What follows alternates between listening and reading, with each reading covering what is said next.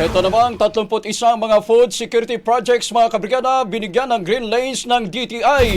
Libo-libong trabaho asahan na Brigada Maricar Sargan. Ibrigada mo! Brigada Live Report. Mas maraming trabaho ang inaasahang parating para sa mga Pilipino kasunod ng pagkakaloob ng Green Lane Certification sa 31 food security projects ng Department of Trade and Industry.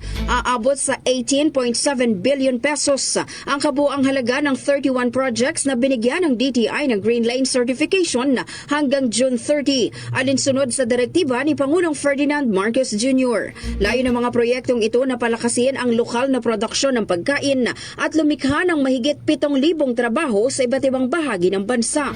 Kabilang sa mga proyektong nabigyan ng sertifikasyon ang mga pasilidad para sa pig production, feed mill, cold storage, greenhouse vegetable production, dairy farm at wind-to-finish farm. Kasama rin dito ang malalaking coconut processing facilities na inaasahang makakapagbigay ng halos 5,000 trabaho at isang set ng quail farms na makakalikha ng mahigit 1,000 trabaho.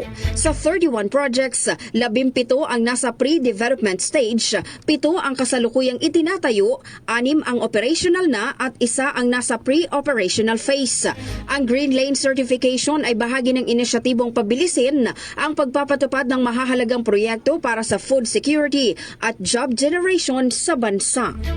In the heart of changing lives, ako si Brigada Maricar Sargan ng 105.1 Brigada News FM Manila, The Music and News Authority. Brigada Balita Nationwide. Ang bahaging ito ay hatid sa atin ng Power Cell Soya Coffee. Masarap araw-arawin.